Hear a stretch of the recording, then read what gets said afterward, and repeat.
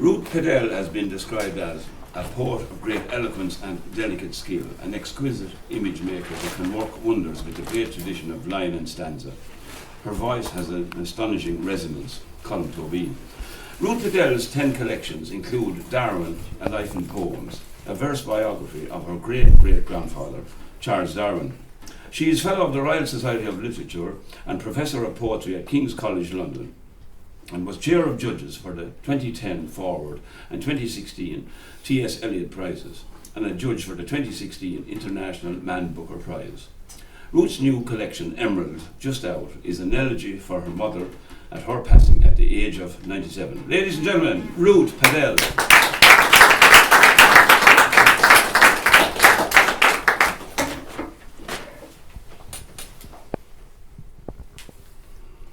Jaipur. I can't go to India, I said, with you in this state. How can I go to Rajasthan through fog-bound Delhi, a 6-hour change of plane, with an exploding aneurysm hanging like the sword of Damocles in your back? She argued, insisted she would be okay, and sent me off. But how did I know I'd see her again in the chaotic traffic of Jaipur? Taxis on strike, taking an auto rickshaw to the old bazaar, pink-walled alleys, colour of embers in a fading sky, filling up with motorbikes, electric cables, open drawers of second-hand CDs, a hanging alphabet of export surplus shirts, and rhesus macaques running over red-tile roofs in rubber masks. By the postern to the emerald dealer's yard, a baby monkey slid down a lamppost like a fireman, dashed across the street. She'd have cheered him on. The cutter, in his tucked-away white desk with a fluoride swing light. Emeralds, he said, are all about light. Had a milky eye, like a moonstone. Something wrong since birth. He took linen pouches of raw gems out of hidden panels on the wall and poured them in my hand, while the dealer told the jewel story of his town. Owners, brokers, the old Jain trading castes, and emerald cutters, most of them Muslim. For hope can be found the other side of pain. Green is the colour of paradise. And for 500 years, Mughal emperors ordered enormous crystals up from obscure shafts beneath the carbon heart of Andes. Pink City became Emerald City, adept in the unique cutting properties of emerald, the only stone in which the flaws are prized. She was right, of course. Still here when I got back to northern winter, early snowdrops, steel wool skies, the sun invisible, burning somewhere else. Jaipur, and everyone anxious, shaky as a bubble in a carpenter's level.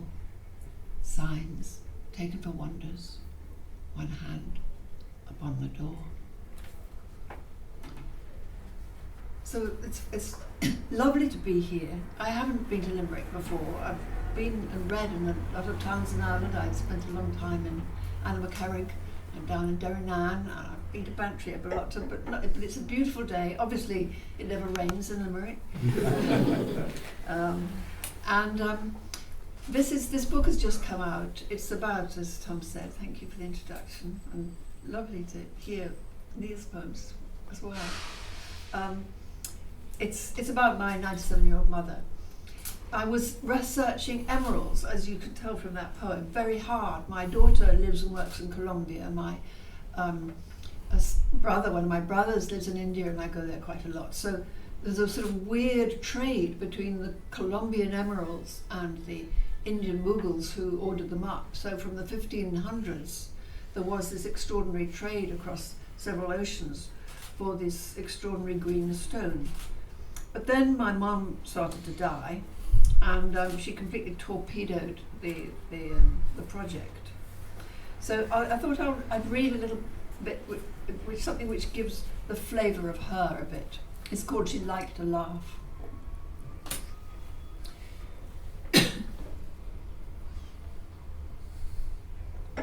She hated pink, hydrangeas, marzipan, woolly thinking, and pretense.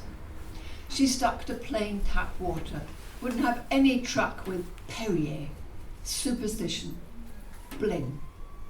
She believed in hard fact, how and why, the daily crossword, jokes, Latin names of plants, comedy on TV, and going on when eyes and ears and muscles fail, setting her alarm for 8 a.m, even when the last nerve ends in her fingers withered. So she took an hour alone, refusing help to do up zips and buttons. What if I said, one evening, lighting the lamp, cooking dinner while she took in the weather forecast, I believe that emeralds come from planet Venus, are found in nests of griffins, emit the energy of Saturn, reveal the truth when placed under the tongue, and their powers are spiritual balance, wisdom, love, the reawakening of spring. I can just see the grin. Oh, Ruth! When I've read that, sometimes when the friends in the audience, they know exactly the tone of voice that was said.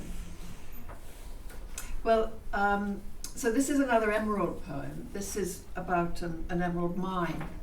As you can imagine, conditions aren't very good in and around the areas of emerald mines in Colombia. There are lots of poor children scrabbling around with black faces. They're found in carbon, the hexagons with carbon. The Carbon Labyrinth. If you are looking for love, try the mysteries of earth. Splash and crouch through running water, the pitch black sauna honeycomb of tunnels, molten as a cauldron, haunted by a green of flashing absinthe and the serpent scales of Melusine. Now you're blind. Here's torchlight, 100 black smeared faces. Now you're deaf. 100 claw-point grabbers scratch and tease the roof. A call comes, here, and everyone stampedes. 1,000 jackhammers, 10,000 ricochets from a seam of dazzle green apple frost inside black stone. Mineral moss blossoming in the dark, capillaries of rock like unripe sugar crust. A marsh-light whisper of fantasies embedded in the bone. Each swing of the pick might make your fortune. Oxygen levels plummet. No one cares. But this might prove the final rising into light. An opened zip, the finally answered prayer. Well,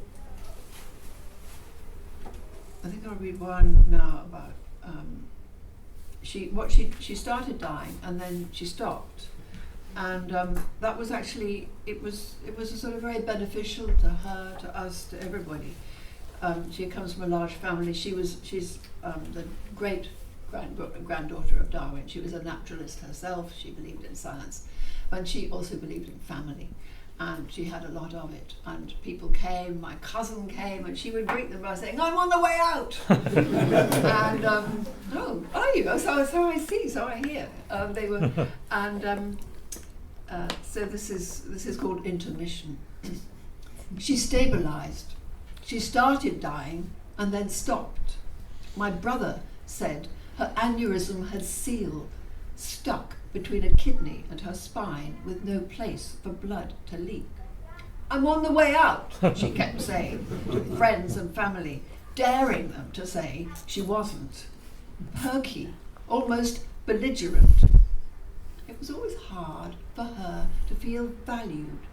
Her combative talk was more loving than sugary words. She was surprised how many people wanted to speak to her, to say goodbye, see her one more time, weak as she was. People who never cried, weeping on the phone. She cheered up her visitors with gossip. Tell me, how many men did your mother sleep with? Really? I've always wondered.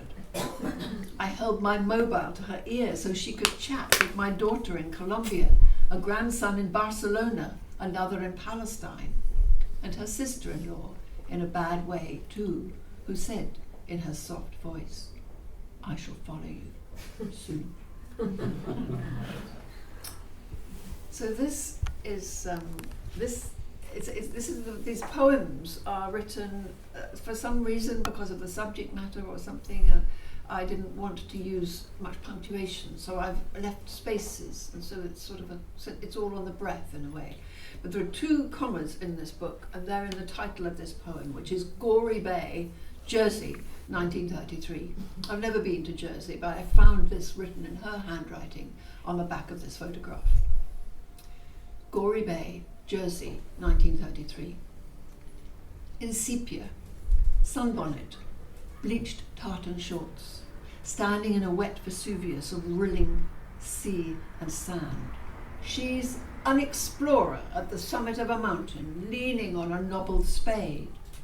She did tell me she went to Jersey once, saw cabbages so huge that the villagers, like mythical inhabitants on a medieval map at the edge of the known world, used the stalks for walking sticks.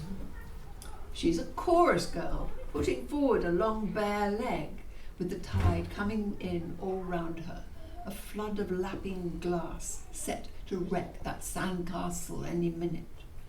She is 14, her face in shadow, gazing, smiling at someone along the beach.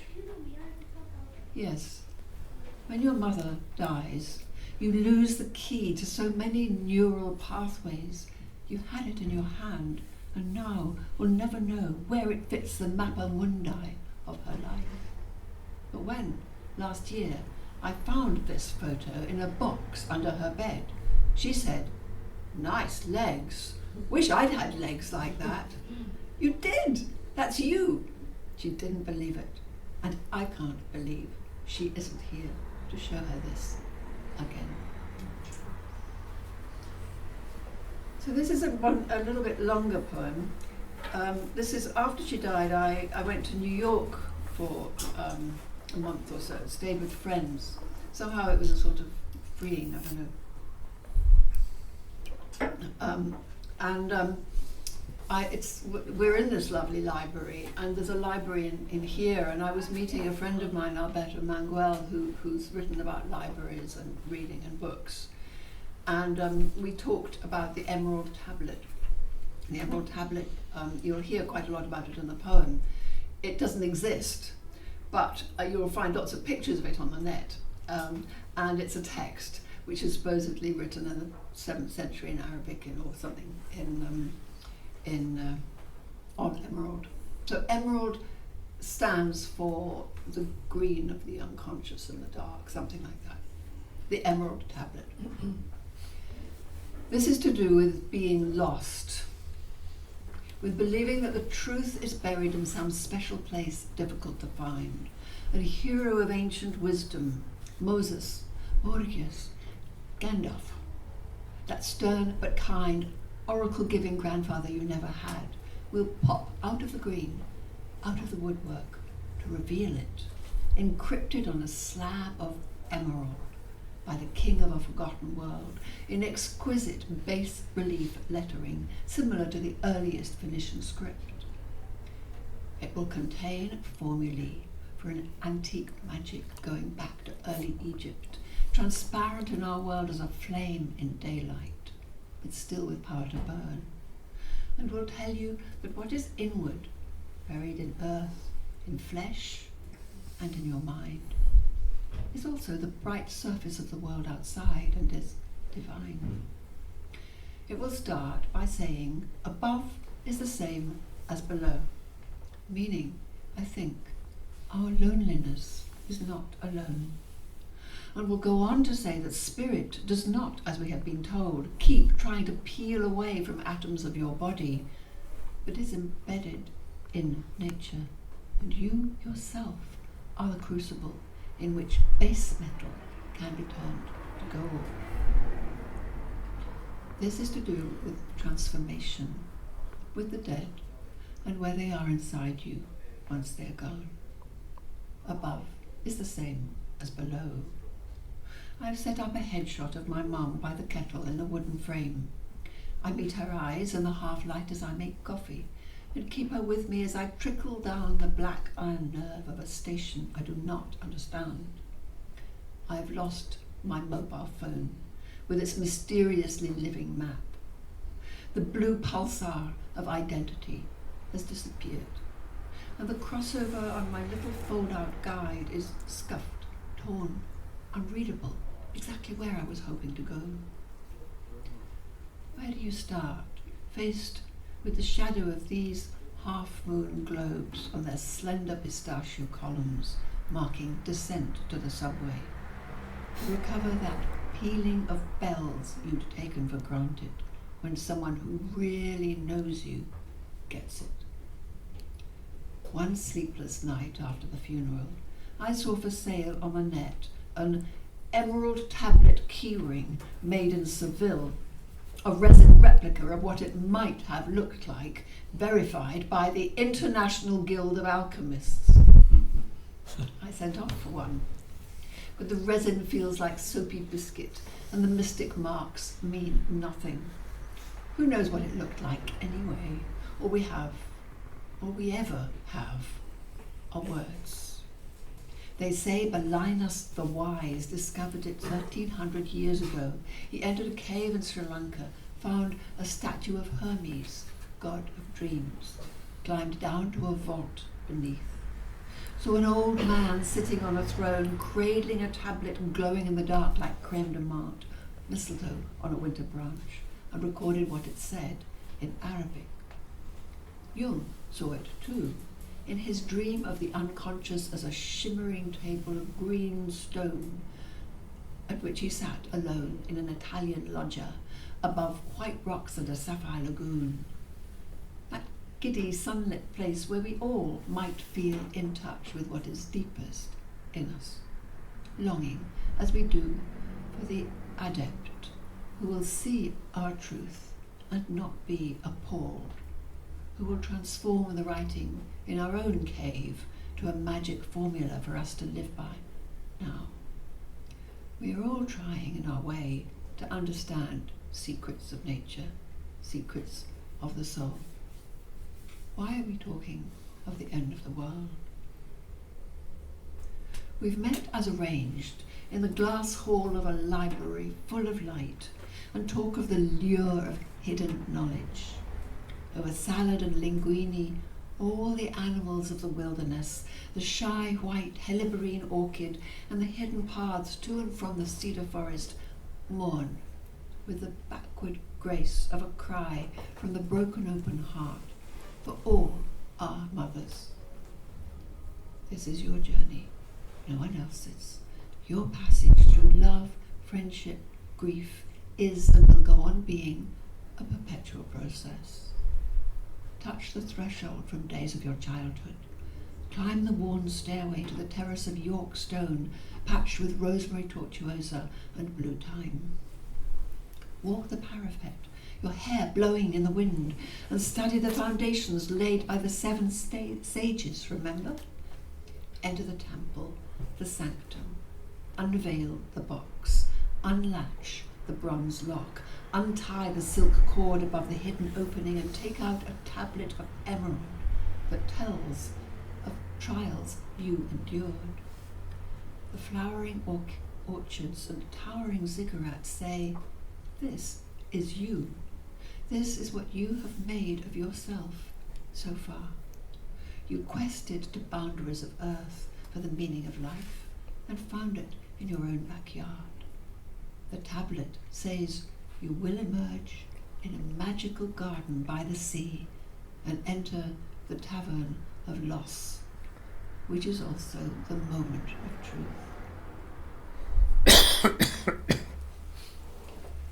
I'll finish with one more poem. I thought this book was finished. The editor started to throw out all the technical ones about emeralds. She said, "We want the ones about your mother." So a lot of emerald research went out the window.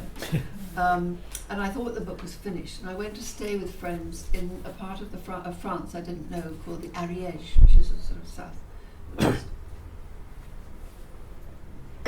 And I discovered that we were quite near one of those wonderful prehistoric painting caves, which I'd never ever seen.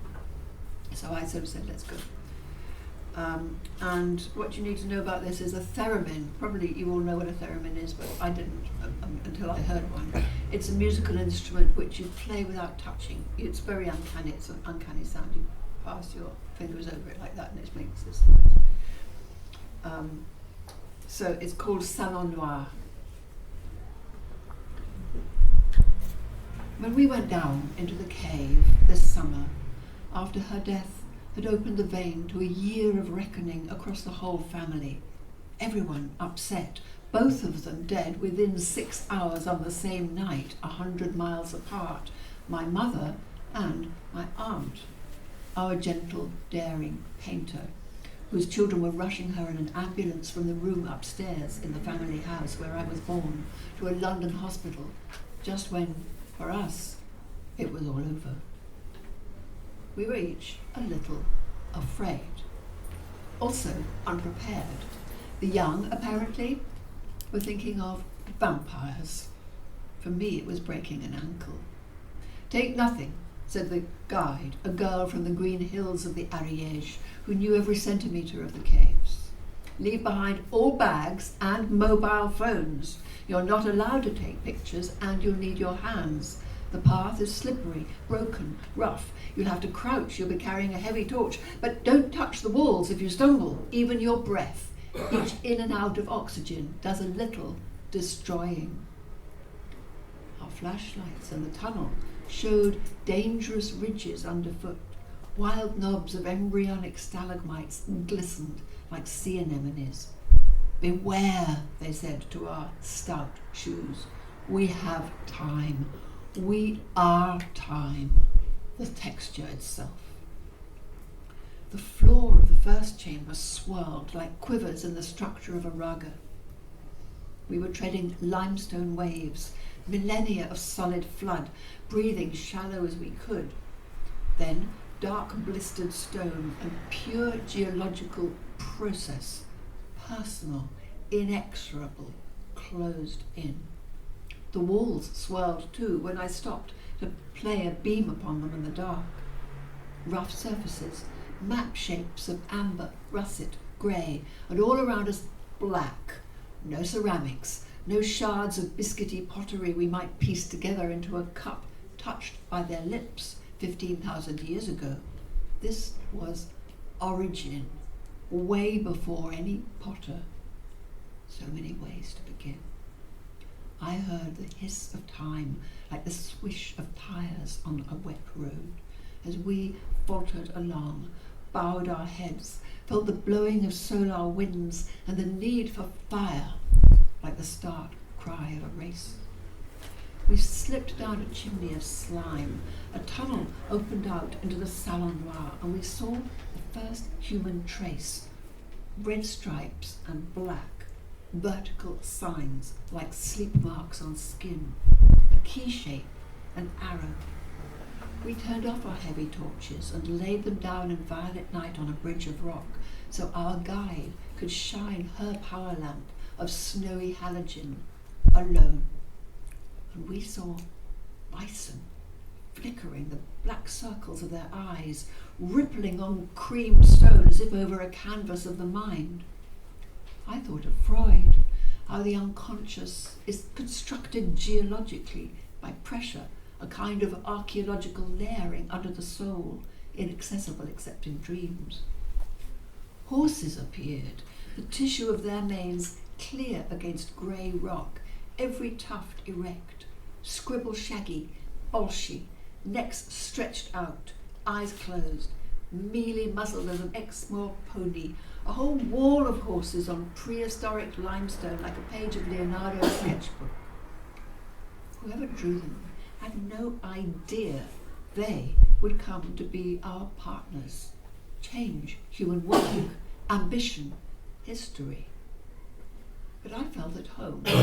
Here were the horses my mum used to draw for me till I could draw my own. In that milk-flower ray of fluorine, these beasts, called down to the dark from valleys above, seemed to move as they must have done then for the very first time in a pitch flare held for the artist. While we took it all in, the delicate expressions, the questioning back-turned nose of an ibex, the flaring nostril and lifted tail of one bison challenging another, I felt my mother's greatest gift to me was noticing. She taught us to be curious, to wonder at all animal life, however small.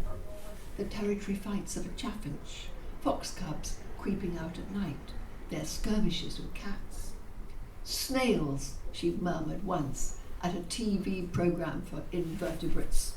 Who would have thought a snail could be so tender?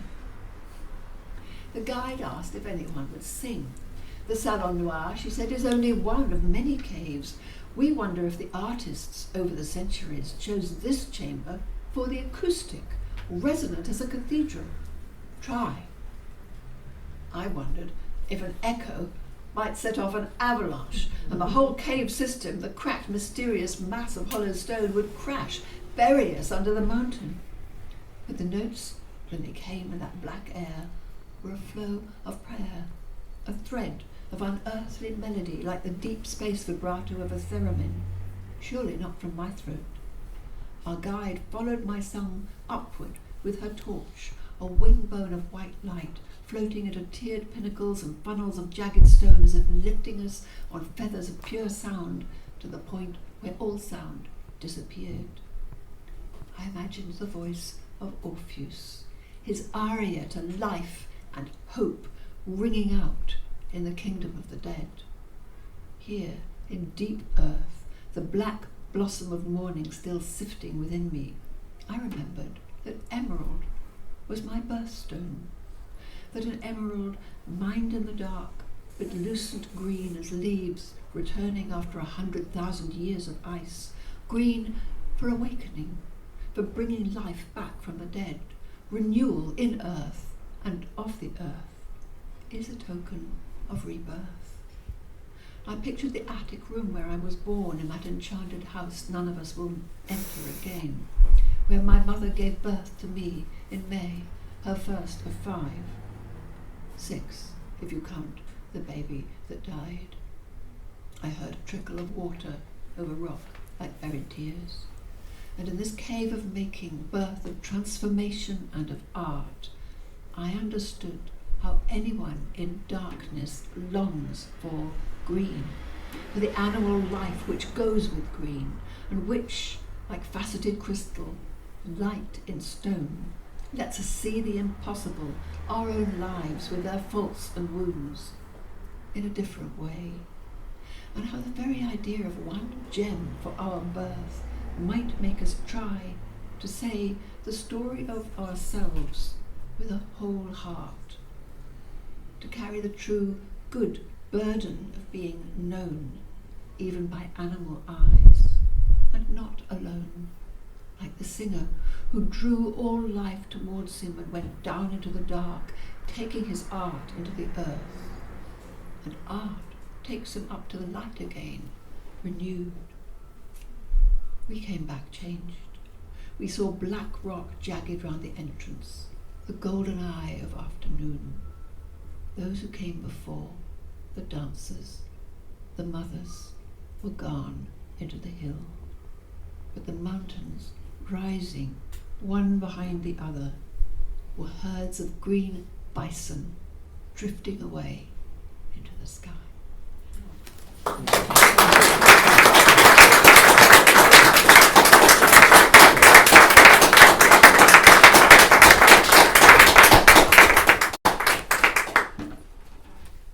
truly a tour de force from Ruth Padel.